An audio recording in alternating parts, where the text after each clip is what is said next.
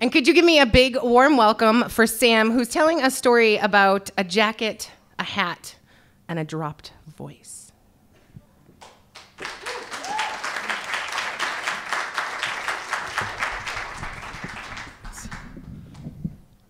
Mm-hmm. Can you all hear me? I tend to mumble. Okay. Yeah, okay. First time telling a story in public. And yeah, this is a story of clean, pointless middle school vengeance. So I come from Seattle, and I went to a small little alternative school there, and I always had this friend named Dylan, and he's still one of my best friends. And he was always very functional in school. He was very popular. And I was always very strange. And in 7th grade was kind of the height of my strangeness. My voice changed very early on, as I reached adolescence kind of early, but I refused to embrace it, and so I spoke in a very high-pitched voice. That sounded just unnatural and kind of horrifying. And I used to do this thing where I'd if anyone swore or talked about sex or anything, I would get on my hands and knees and I'd kind of run at them and headbutt them and scream in my high-pitched voice. And this is 7th grade, so pretty old. And I just remember over the summer after 7th grade, I just realized, look, Sam, no one else is doing this. Why are you doing this? And so I very intentionally, I was okay, I'm not, when someone says that, just calm down, take a step back. And I also realized that it's time for my voice to lower.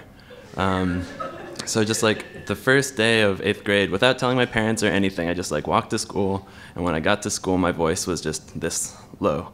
And it was very awkward, and I just couldn't deal with it. It would crack all the time. I was not ready to be an 8th grader yet. And with that voice change was also a bunch of attitude issues. So I just got kind of sulky and resentful, and I took all of this out on my friend Dylan.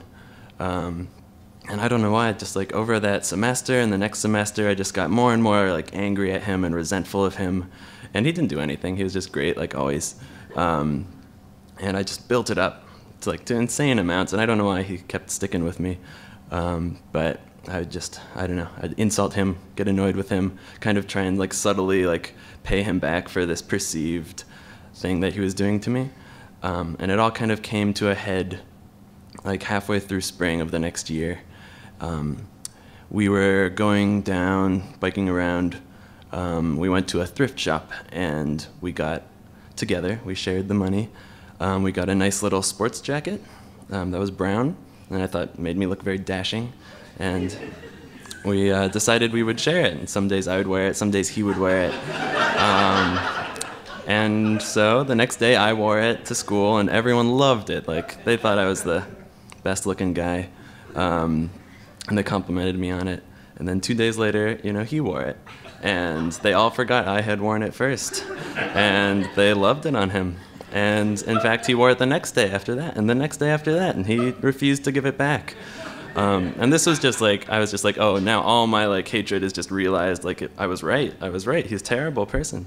And so after that, I just, one day, I'm not sure, it might have been a week later or something, he was wearing that jacket, and it was after school, and we were outside in this little alleyway, and everyone else had gone home, and I just started screaming at him.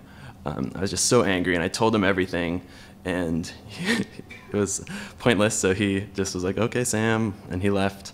Oh, and one thing I forgot to mention, he's always worn this Joker's hat. All his life, he's worn this Joker's hat, or at least ever since I knew him. And that's kind of part of his personality, where he finds his confidence. So it's a big part of him.